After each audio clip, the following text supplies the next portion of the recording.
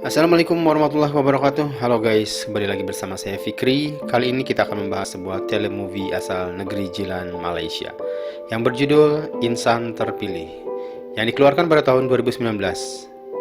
Film ini menceritakan tentang kehidupan seseorang yang dianggap gila namun memiliki perangai yang mulia. Tanpa banyak basa-basi, mari kita saksikan video berikut ini. Film ini dimulai oleh sebuah scene yang memperlihatkan sesosok pria dengan pakaian yang lusuh dan kotor, yang tengah menyusuri jalanan dan sibuk memunguti sampah yang berserakan. Apapun yang ia temui akan ia ambil sehinggalah jalan itu terlihat bersih. Terkadang dia juga makan dan habiskan sisa makanan yang tercecer di sekitar jalan yang ia lalui. Bukan hanya untuk mengisi perutnya yang kosong, tapi juga untuk memastikan tidak ada yang mubazir. Dia sering menerima hinaan dan olokan dari orang-orang di kampungnya. Namun, ia tidak pernah hiraukan hal itu. Firdaus adalah namanya. Nama yang indah, bukan? Seolah-olah ingin memberitahukan kita tentang sebuah negeri yang ingin ia tuju, yaitu surga Firdaus. Surga tertinggi yang ditempati oleh orang-orang pilihan.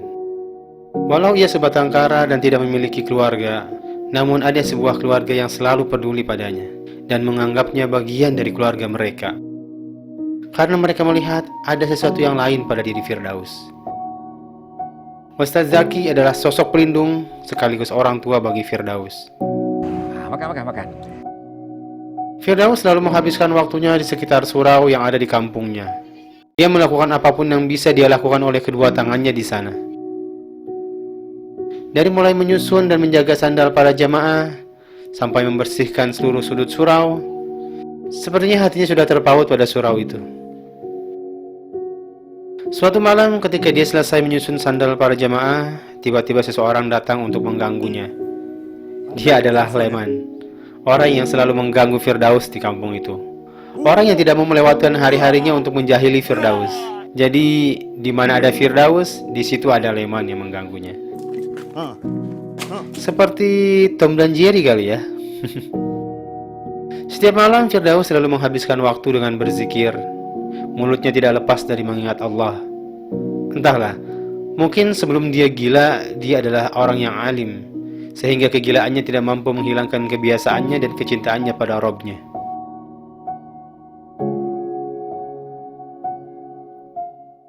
Suatu hari ketika Mastura, anak Ustaz Zaki, ingin mengantarkan makanan kepada Firdaus, di tengah jalan dia diganggu oleh Leman. Bawa apa tu? Leman ini memang sangat menyukai Mastura, namun dia seperti tidak tahu bagaimana cara mendekati seorang perempuan dengan benar, sehingga sikapnya itu kadang menyakiti perempuan. Di situ ada perkataan Mastura yang sangat menusuk hati dan mampu menyadarkan Leman. Mastura bilang, Si Firdaus tu pun, walaupun orang cakap macam-macam pasal dia, tak pernah lah menyusahkan orang macam ni. merasa Mastura sudah keterlaluan, Leman pun menghidupkan motornya untuk segera beranjak. Namun sebelum dia pergi, Mastura sempat berpesan kepada Leman untuk berubah dan mengadulah kepada Allah untuk mengisi kekosongan hidupnya. Perkataan Mastura ini terus terngiang di kepalanya, sehingga ia putuskan untuk mendatangi Firdaus di pondoknya. Dan Leman akhirnya benar-benar menyadari bahwa Firdaus itu tidak seperti yang ia bayangkan sebelumnya. Walaupun Daus macam tu, dia tak pernah susahkan orang. Dan semenjak saat itu, mereka berteman dan sering menghabiskan waktu bersama-sama.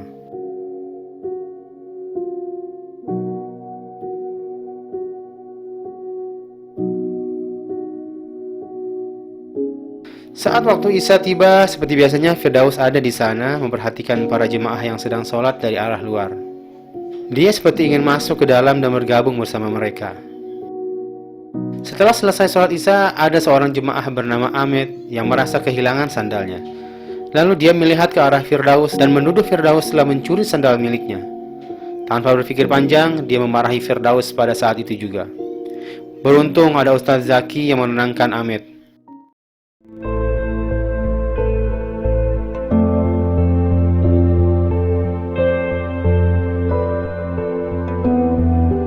Setelah kejadian itu, seperti biasanya, Firdaus memunguti satu persatu kotoran cicak yang jatuh ke lantai surau.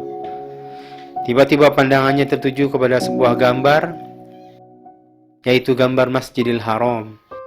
Pandangannya begitu dalam, Entah apa yang ada di pikirannya saat itu. Mungkin ia sangat merindukan untuk bisa berada di sana, atau mungkin ia menyimpan kenangan indah tentangnya. Allahu a'lam bishawab. Yang pasti, dia hampir menjatuhkan air matanya.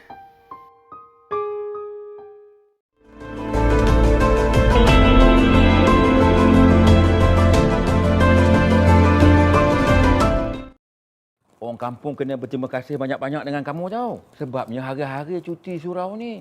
Tanpa minta balasan apa-apa pun. Bukan tanpa alasan Firdaus melakukan berbagai kebaikan di dalam hidupnya. Aku buat sebab aku nak dapat pahala. Ternyata dia melakukan semua itu hanya mengharapkan pahala di sisi Allah. Sungguh pemikiran yang mulia dari seseorang yang dianggap gila. Sehari berlalu sejak Amit kehilangan sandalnya. Dia rupanya masih kesal dan kembali mencari Firdaus untuk menanyakan kembali sandalnya itu. Cuba kamu tengok. Betul tak tipu kamu ni? Kemudian Ustaz Zaki menghampiri dan memberikan sandal miliknya yang ditemukan di tempat lain. Nampaknya Amit lupa menyimpan sandal itu. Amit pun merasa bersalah dan kemudian memohon maaf kepada Firdaus atas tindakannya kemarin. Aku sebenarnya nak minta maaf pada engkau.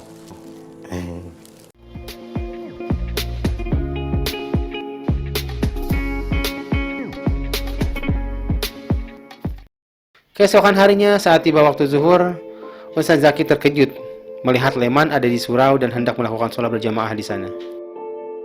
Ternyata Firdaus lah yang sudah mengajak Leman untuk sholat berjamaah. Mai.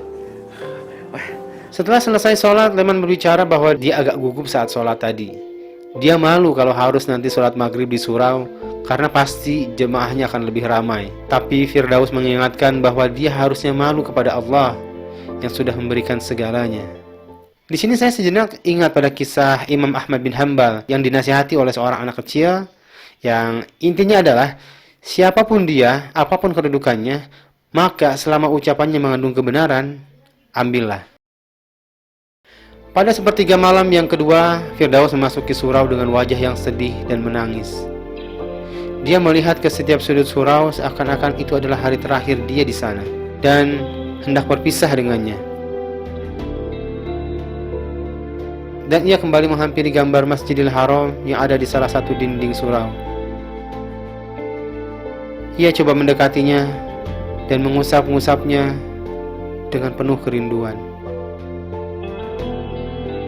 Seolah-olah ingin berkata, "Jangan tinggalkan aku, wahai Masjidil Haram."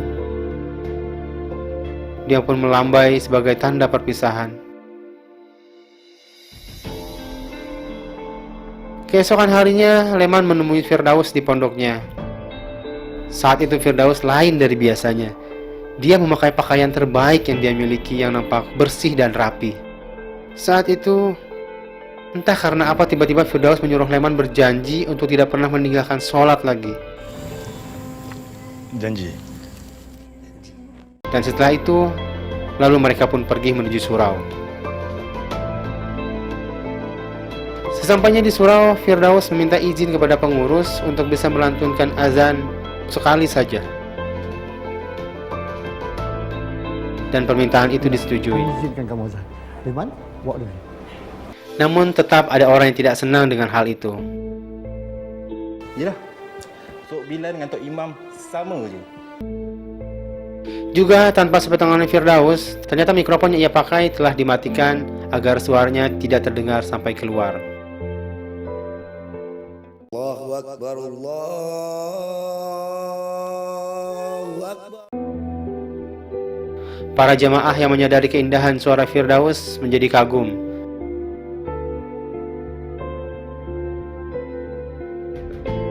Dan tersadar oleh ketulusan dan kemuliaan perilakunya. Aku minta maaf, Dos. Selama ni aku asyik hina engkau. Malam telah tiba. Seperti biasanya, Firdaus menghabiskan sisa harinya dengan berzikir kepada Allah sampai ia tertidur dibuatnya. Namun kali ini berbeda. Dia tidur untuk selamanya.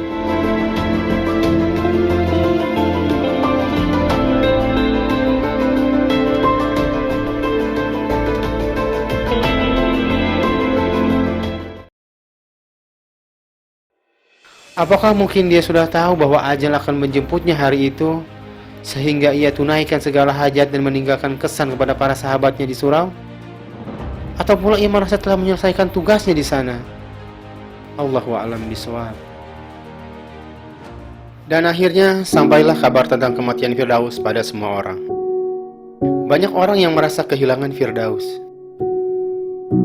Sekarang mereka baru sadar betapa kehadiran Firdaus sangat berarti bagi mereka.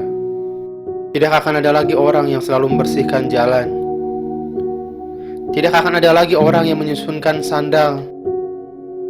Tidak akan ada lagi orang yang selalu membuat surau senantiasa bersih. Dan tidak akan ada lagi Firdaus. Dari Firdaus kita belajar bahwa tidak harus menjadi waras untuk bisa memberikan tauladan dan kebaikan kepada semua orang. Dan terkadang kita perlu menjadi orang gila untuk mengabaikan segala caci dan kebencian. Sekian untuk video kali ini, sampai jumpa di video selanjutnya. Assalamualaikum warahmatullahi wabarakatuh.